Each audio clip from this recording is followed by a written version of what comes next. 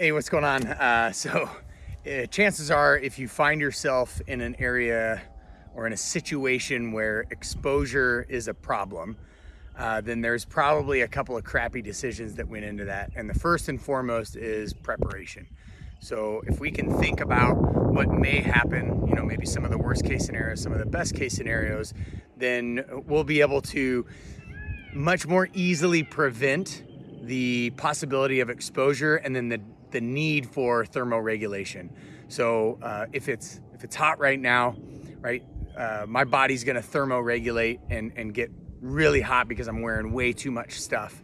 And it's gonna start to vasodilate my capillaries near my skin. I'm gonna start to sweat, and it's gonna happen in the deep centers of my brain and the hypothalamus, right? It's gonna basically pull the temperature from my extremities, from my peripheral extremities, right out here, from my visceral extremities in here, and then my deep brain, and then it's gonna start to auto-regulate and start to send out new signals telling my body what to do in terms of sweating, in terms of vasodilating, and everything that needs to happen in order for me to cool down.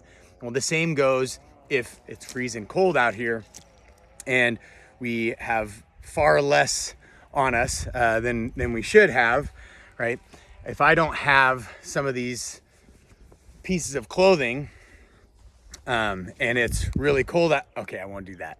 And it's really cold out here, right? Then my body's gonna start to do the opposite. I'm gonna start shivering, right? It's gonna create some muscle activation to actually warm up my body. It's gonna vasoconstrict those capillaries, right? Shunting the blood into the visceral areas and the deep brain area to keep me alive and to keep me warm. We need to keep our body between, so 37 degrees Celsius approximately, around there, a couple of degrees give or take.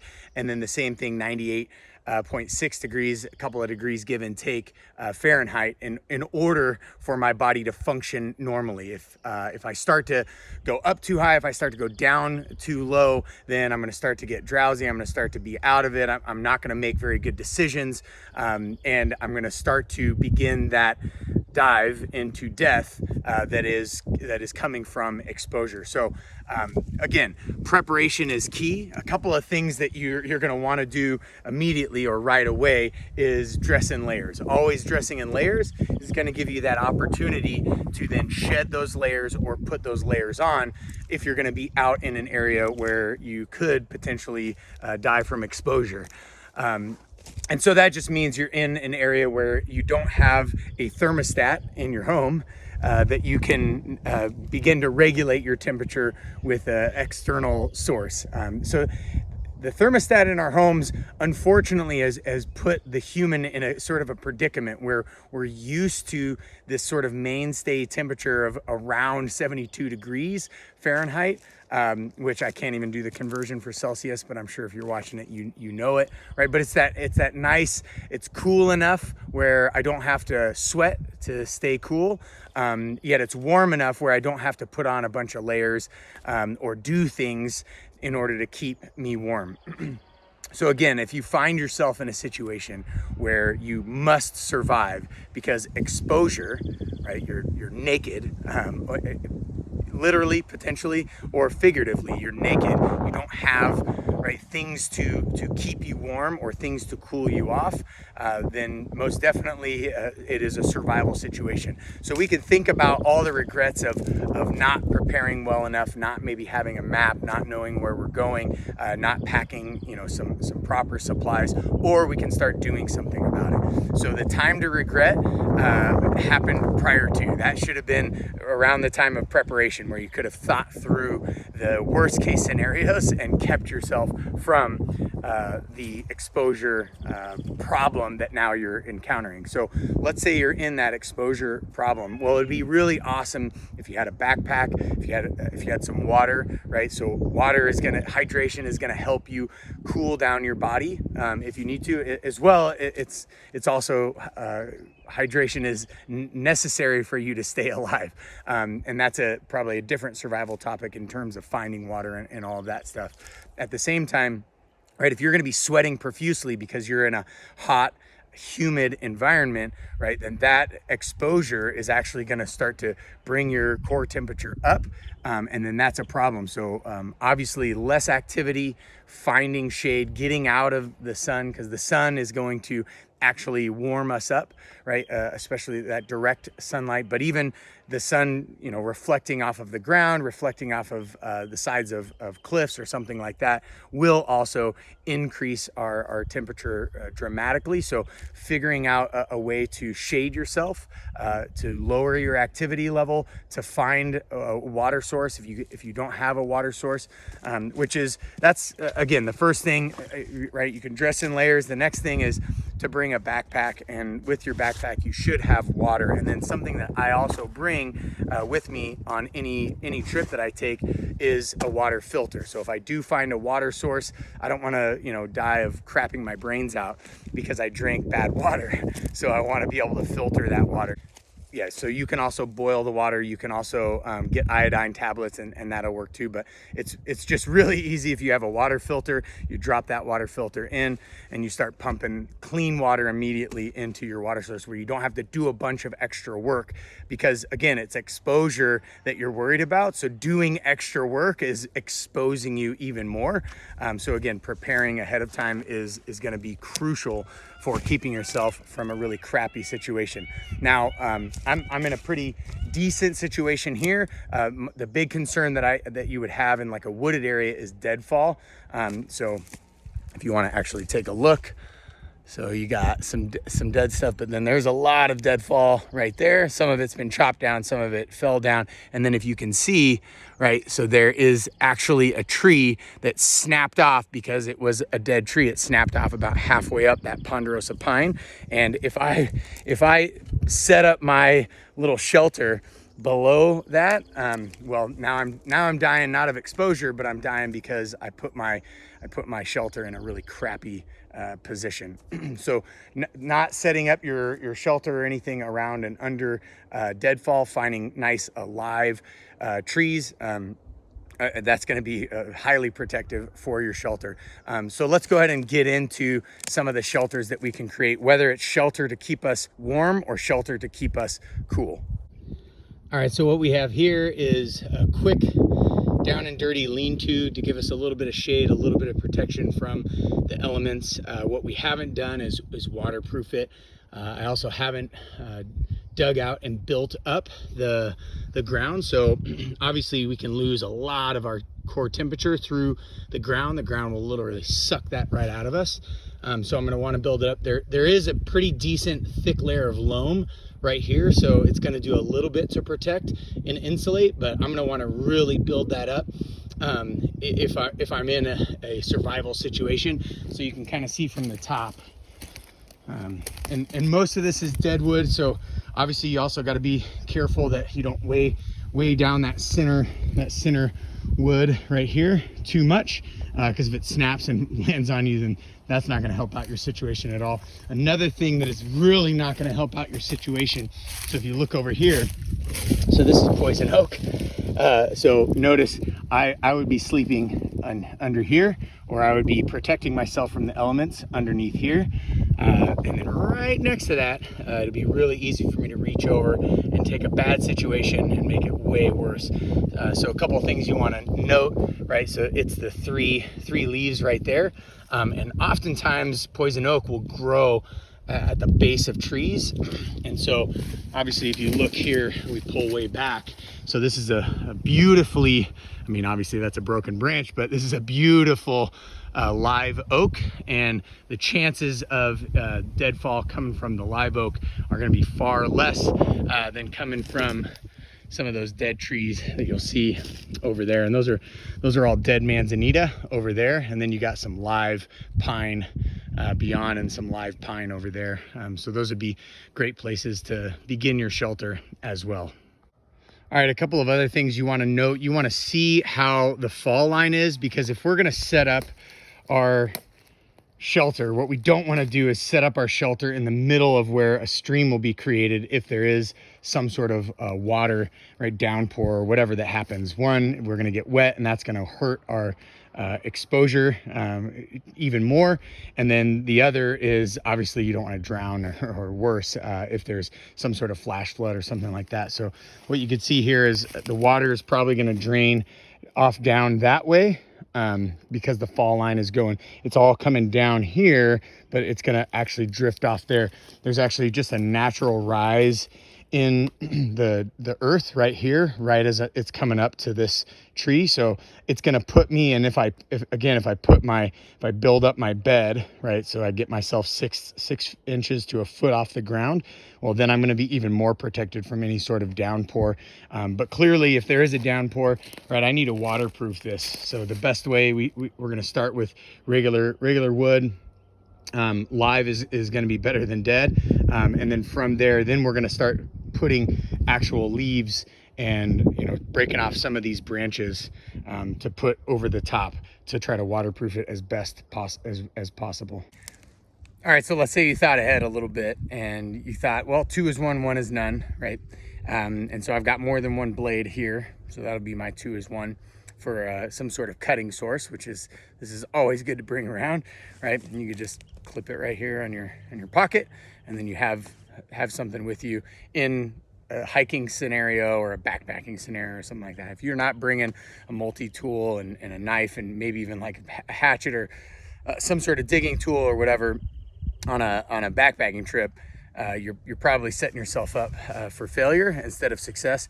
And then you have some sort of waterproof. So this is like a poncho, right? A military grade poncho.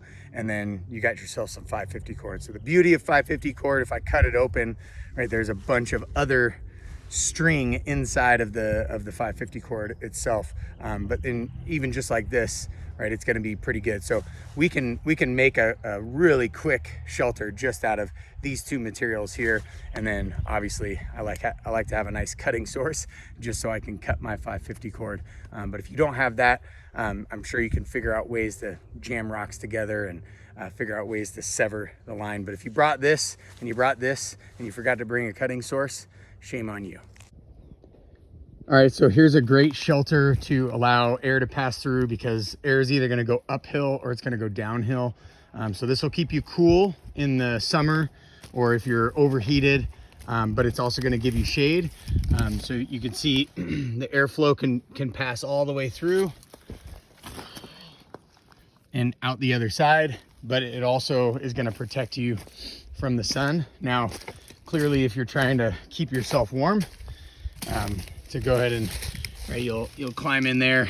If you're trying to keep yourself warm though, you just need to cap off that end down there. So there's no airflow that's going through. You want to be able to pack and keep the air in there. And then of course we're probably going to have to revisit how to build a shelter if we're actually trying to create a fire and then get that shelter warm with the fire. This is not going to be the best shelter, because you'd essentially be making your fire here and you could burn the tree down, which the tree is what you're using to build that shelter. All right, so once you have your shelter built, now it's time, if you're cold, to get warm by making a fire. All right, so obviously for thermoregulation, if it's too cold and you're exposed, you're gonna need to figure out a way to warm up. So aside from, kinesthetic movement or moving your body, at some point you're probably gonna get tired, and if you don't have fuel, if you don't have water, that's another big problem. So building a fire is probably the quickest and easiest way to get warm. But when I say easy, it's definitely not easy, right? If you don't know how to build a fire. So we're in a perfect situation here where everything is beautifully dry.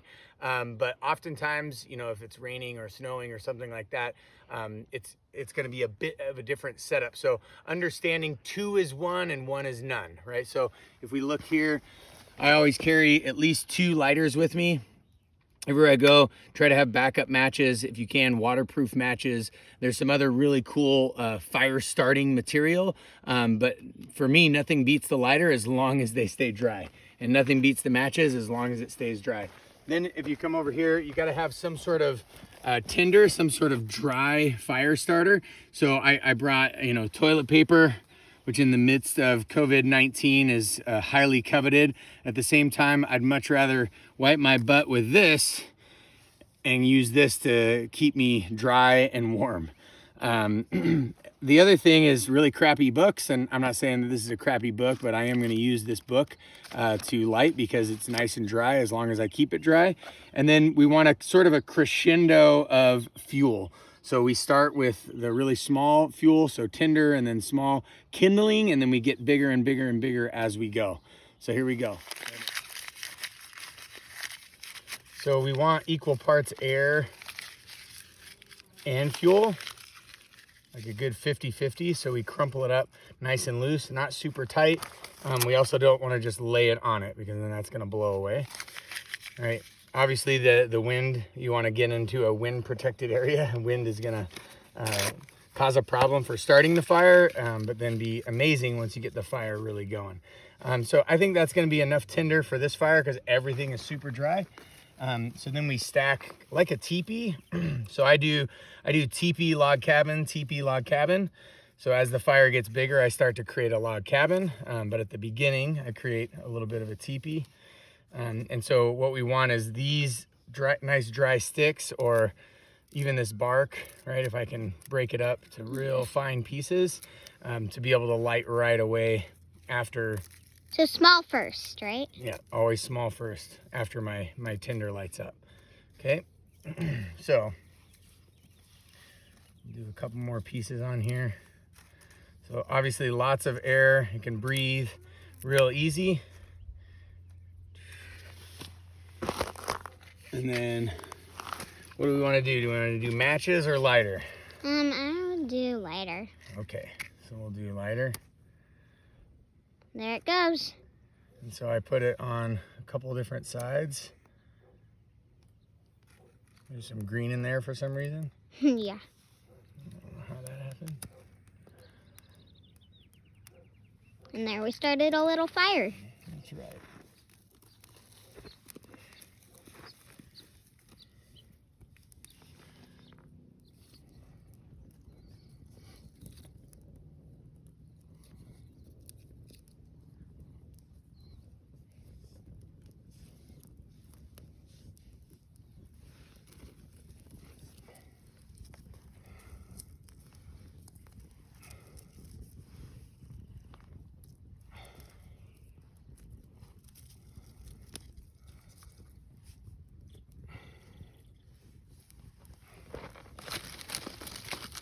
So let's say you don't have any fire starter and fire is not an option. Then hopefully, again, you packed layers, right? So you have something else that you could put on. And remember, wool is gonna do far better in terms of retaining heat and keeping you warm, even if it's wet, than any other material that's out there. So this cotton shirt's not gonna do me very good. This polyester material isn't gonna do me very good. At the same time, I do tend to pack a warming layer, right? This is one of my favorite warming blankets because I could build up a 6-inch or a 1 foot off the ground, whether it's through wood or a bunch of mulch or something like that, but get myself up off the ground so then the ground isn't sucking my heat out of me.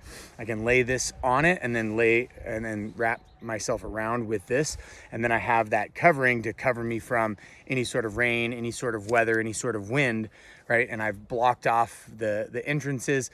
You'd be surprised at how warm you can get that. I've been in Arctic type temperatures where it was sub-zero, and then just building a snow cave, having a little bit of a waterproof covering to kind of trap the air in. Hold this now, as long as you're not suffocating, as long as you're not pumping a fire and then creating a carbon monoxide poisoning.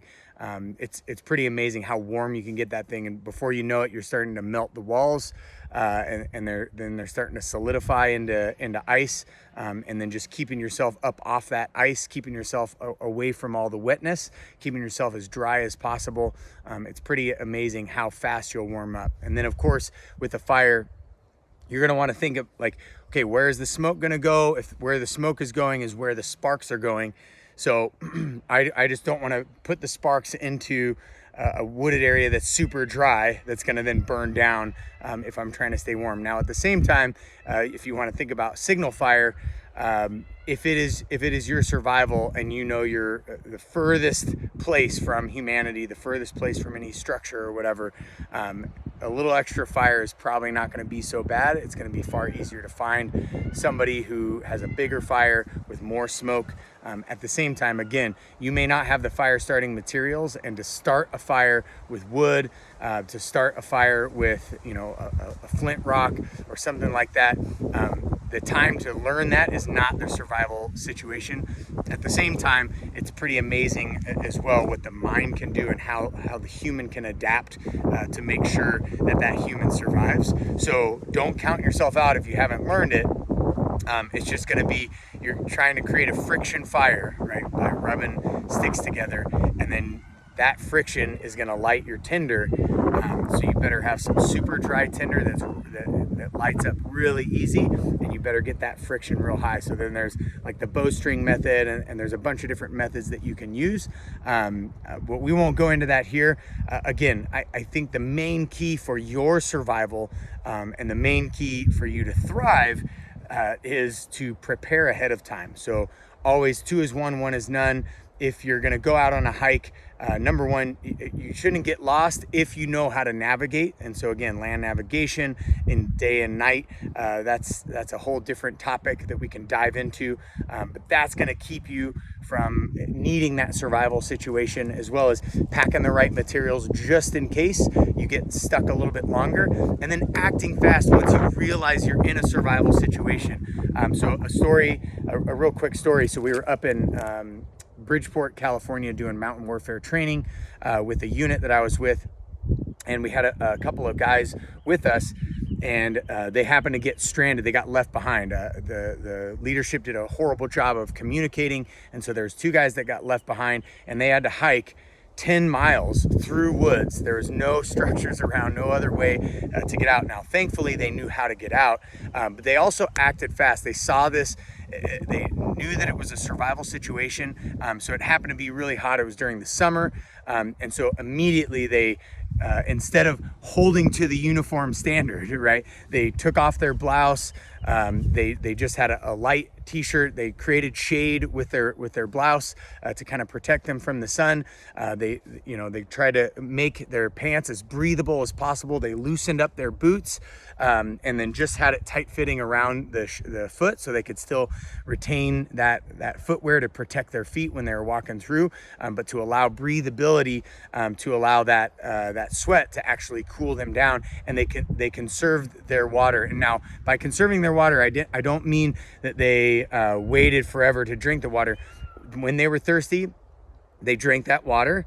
They drank just enough to not be thirsty, and then they kept rolling, as opposed to either chugging it all right away and then having to pee most of it out, or to conserve it and push off hydrating themselves and then putting themselves at risk for actually having too high of a body temperature and then going into some sort of heat exhaustion or worse, heat stroke, where their brain just isn't functioning because it's the basal temperature of our body, or the core temperature of our body, is just way too hot. So they did the right thing, and then they were able to hike out.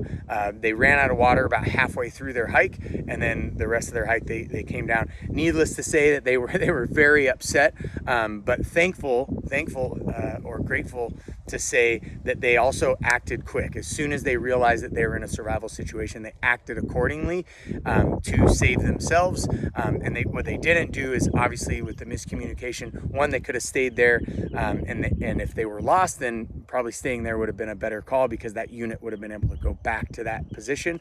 But they walked basically the same path that the unit would have taken to go out. So if they did come back out, they would have been able to meet them. But again, once you figure out you're in a survival situation, that is not the time to regret all of the lack of preparation that brought you to that situation. At that point, it's time to just act, and think critically about, okay, what's going on and what do I need? And most often, right? Exposure is the thing. You're gonna need water. You're gonna need to protect yourself from exposure, right? You're gonna need water, and then you can worry about food. But most of the time, you're not gonna need to worry about food. Food's gonna come into play probably a week or two into your survival situation.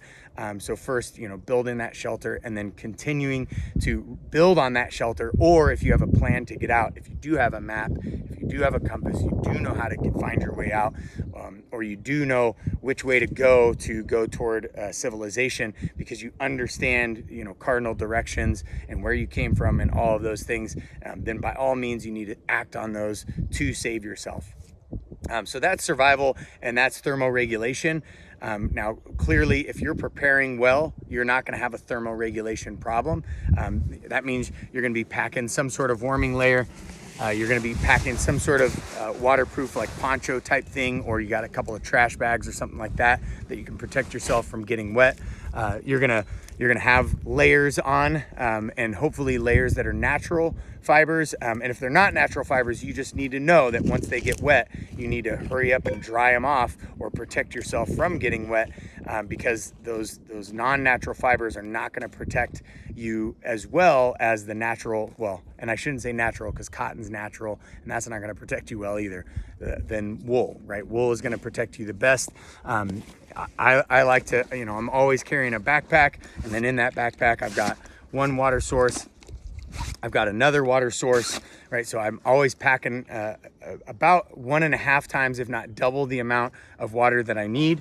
And then in that, I've also got my filter, my water filter, right? So if I open this up, right, I can pull out my water filter and start filtering water if I find a water source. And usually I do that even in a non-survival situation. As soon as I see a water source, I top up my water every single chance that I get, right? You've got layers, you're protecting, right, your eyes, not only protecting your eyes from getting stabbed by woods and twigs and things like that, but you're protecting your eyes also from the sun. That just creates another barrier to keep you cool and to keep your brain from getting jacked up. Of course, I always bring coffee with me because I'm a coffee fiend. But the other thing that ensures is that I have a place to, so here's my freeze-dried coffee. But that's also a guaranteed flame source, right? So I've got my fuel here, and I've got my jet boil that I love to use. And so then that's a heating source as well to help thermoregulate, as well as I can heat up water and drink hot water. So coffee isn't going to help me stay warm, right? Much to my own dismay. But heating up water and drinking warm water is going to help elevate my core body temperature if I need to keep warm. And then, of course, obviously cooling it down and drinking cool water, and then putting water on myself if I have that much water available to keep myself cool. Again, 2 is 1 and 1 is none. So if you've got, right, a blade, you need to have multiple blades, because chances are you're going to start cutting stuff or going through stuff, and one of those blades is going to break. And clearly, like a multi-tool like this is great for a survival situation, to sharpen sticks, to stake them into the ground, to stake off your shelter, or cut up like nice young boughs from pine trees that you can lay over your shelter to help protect you from the sun, help protect you from the rain. And then something else I'll bring is just at least a meal, right? And that's going to help actually warm me up. So if I can ingest some food, then that metabolic process of processing that food is going to actually help elevate my body temperature. So if I'm stuck out somewhere at night and it's nice and cold, then I'll usually eat something right before I jump into the sack, because I know that's going to help elevate my body temperature, because my body's going to be working to break down that food to turn it into a fuel source. Again, 2 is 1 and 1 is none. So I've got 2 lighters, and I always keep it waterproofed, even if it's just a sandwich bag. And this is doubled sandwich bag. And I can use the sandwich bag for other things, right? So then that's going to ensure that I've got dry lighting material, and I've got some matches in there as well. If you're going for a longer time, this is going to do wonders to protect you from the ground sucking the heat out of you. And oftentimes what I'll do is I'll set up a bed of first kind of logs, then sticks, then boughs to make it nice and soft, and then throw a bunch of mulch on there, and then throw this on top boom, of that mulch. And now it's pretty amazing how much warmer that is than even just setting this thing on the ground itself. And then for me, you know, just ensuring that I've got the map of the area on paper, because, you know, GPS is awesome, phones are awesome until you don't have any service, and then it doesn't work and you can't connect to the satellites, and then you're lost because you've relied heavily on that technology. So learning how to read a map, learning land navigation, and then bringing an actual paper map with me. And I bring the waterproof maps. These are not good versions of maps because they're not waterproof, they're just paper.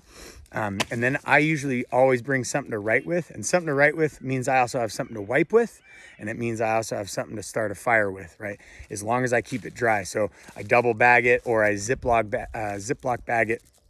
And so every time I go out, I'm always thinking about, okay, what do I have? What is the worst possible scenario that I could find, that I could come across, that I need to pack accordingly for? And so then I pack accordingly and I put all that stuff. And so oftentimes I got to carry just a little bit more weight than the next guy or the next girl. But then when the proverbial shit hits the fan, guess who they look to? They don't look to themselves, they look to me. And chances are, you know, I've got everything necessary in that survival scenario. And then best case scenario, that doesn't happen and I get just a little bit stronger because I carried 5 pounds of extra weight versus their, you know, maybe they carried 10 pounds because they only carried water and then some food for them. But I carried water and some extra food plus some survival necessities should a bad scenario happen.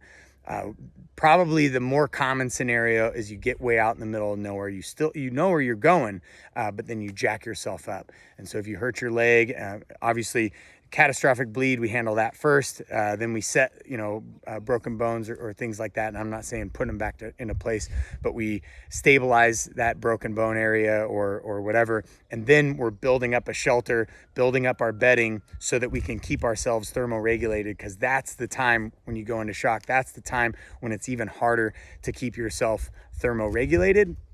Or starting fires and things like that. That is probably going to be even more common than actually getting lost or getting out and not being able to find your way back. And most of the time, if that's the scenario, then you probably don't have anything with you because you probably didn't prepare. So kinesthetic movement, right, or actually just moving your body is going to be the thing that's going to keep you warm. I actually have a neighbor. And he has a pretty horrible story where and it sucks. And, you know, he realizes the missteps that he took getting into it. But once he was in it, there was nothing he could do, where he kind of lost his way on a trail. It got dark a little bit quicker than it should have. He didn't bring double light source. His light went out. He didn't have a light. He couldn't see the map. It was super dark out. There wasn't enough moonlight. There wasn't any starlight. He couldn't see what was happening. And the temperature dropped dramatically. It was literally 70 degrees cooler in the night, Fahrenheit, right? So it was a nice balmy 80 degrees or 70 degrees during the day. And it dropped all the way down to almost freezing. So, he was only wearing the stuff that he should have been wearing in the warmth, but he didn't have any of the other things that he should have been packing just in case he got stuck out there a little bit longer. And he actually had to do basically burpees and push-ups and squats and all sorts of things through the night until the next morning so that he could thermoregulate, because he didn't have anything that he had prepared. But those actions saved his life. He could have sat down, curled up into a ball, shivered, and he might have lasted until the morning, but who knows? Maybe his core temperature would have dropped dramatically. He had been sweating from that day, and if his core temperature dropped too low, right, in that evening where it was almost the freezing temperature, right, and he didn't have the right materials, he would have, right, stage 1, he would have been a little bit like disoriented, and then he would have turned into lethargic, and then you start blanking out, and then you're just making really bad decisions. Then that's not the time to take action, right? And he wouldn't have been able to dig himself out of that hole. Chances are he probably would have just sat there, went to sleep, or went unconscious, and then never woke up. So again, if you find yourself in a survival situation, right, act accordingly. Do not think about all the shame and regret that's going to keep you from your action. You need to start just doing stuff to change that survival situation into a thriving situation. All right, so we have this sympathetic drive, right? It's the freeze, right, where we stop. It's the flight, run away, and it's the fight, right? And in that, right, we are biochemically putting ourselves into that situation because we are wired to thermoregulate. We need to have good thermoregulation. So if you take a cold shower, right, or if you hop in an ice bath, right, or you put yourself in a cold scenario where you take your shirt off and you do a hike, obviously in not a situation where you're going to get lost, in a situation where you can easily find cover and get warm again. But if you put yourself into that, what you're doing is you're forcing your brain to start contemplating stress scenarios, right? Or to start thinking about contemplating the sympathetic scenarios. So we're gonna hopefully teach our body to build a little bit more brown fat, which is gonna actually help us thermoregulate a little bit better, but we don't have to go into that. We'll just think about the psychological ramifications of dosing ourselves with stress so that we can get better at handling stress. So the things that we can control when we get super cold, we can control our breath, right? We can control our muscle contractions, right? You're gonna wanna flex, tighten up, and get in this freeze scenario where you're literally cold and then you're freezing, which is the same thing if somebody scares the crap out of you, you walk around a corner and somebody, you freeze up, right? Or maybe you grew up in the ghetto, or you grew up in a scenario where you were constantly on your guard, and so then your reaction is you just punch, right? Punch in the face, which is a bad day for that person that scares you. Or you grab their throat, or you throw them down, or things like that. And I'm not saying one is better than the other or whatnot, right? It just obviously depends on the scenario and the social dynamics that are going on there. But we can now start to actually take control of what is an autonomic nervous system response, right? But then manually take it over. And we manually take it over with the things that cross, which is our breath, right? Which is our muscular relaxation. So you get into that cold scenario, you take that cold shower, and then you bring your breath down. You start focusing on your breath, controlling your breath, telling your body, relax. Hey, yeah, I know this is a very stressful time and a stressful situation. The body's gonna naturally do its physiological responses, right? Vasoconstriction and things like that. But you can start to take psychological control, which will then lend itself when you're under duress in other scenarios, whether that duress is from cold or from excessive heat or from somebody scaring the crap out of you, or from something's off, like just something's not right about this environment, or something's not right about the kinesics of the way these people are moving, or whatever, like something's wrong here. So you can start to, again, take control. And we could do that through box breathing. We could do that through just focusing on our breath and relaxing our breath. But by doing that, right now we're able to take mental control of what's going on, even though there's physiological control being taken from us, because it's driving us into that sympathetic realm where the body's going to kind of naturally do what the body does. Now, and this is incredible because there's going to be a lot of uncomfortable scenarios that you are going to be put in your life where you're going to feel stressed out. And so if you have this automatic triggered response to focus on your breath, calm down. Okay, let's focus on what I can do. Let's focus on what I can control. Relax your face, relax the muscles of your body. Okay, when I contract my muscles, I'm going to contract them under control and think about what I'm going to do consciously versus having this sort of subconscious takeover where you just kind of freeze up, you fall into this death, fetal position, and you hope that nothing bad happens to you, right? That's not a good scenario if you're trying to protect your family. That's not a good scenario if you're trying to save your own life. That's not a good scenario if you fall into a freezing cold river. That's not it, right? You need to start taking control, and in order to take control, you have to gain your psychology back. You have to gain your brain back. So that's where cold therapy is going to be huge, right? And heat therapy, if you want to talk about flushing out toxins, right? Flushing out toxins through our sweat, flushing out toxins through our actual cells, right? What a better way to do that than vasodilation. So dilate the blood vessels, get the sweat glands to actually start pumping. Now, clearly you're not gonna overdo this, and you're not gonna be dehydrated on your way to do it, but you're definitely in a great scenario if you're nice and hydrated. You get in, you know, whether it's a sweat lodge, or whether it's you know, you get into a sauna or a steam room or something like that, and you superheat. The other benefit of that is, again, once you start ramping up that heat and it gets really, really hot, again, it starts to psychologically drive you into that sympathetic scenario, freeze, flight, and fight. And so oftentimes, what do you want to do? You get in that cold tub or that cold shower, you want to jump out or just freeze up, right? You get into that really hot room. What do you want to do? You want to freeze up or you want to get out of the room. And so you can start to talk to your body and talk to your mind and talk yourself down. Like, look, it's okay. I'm not going to die.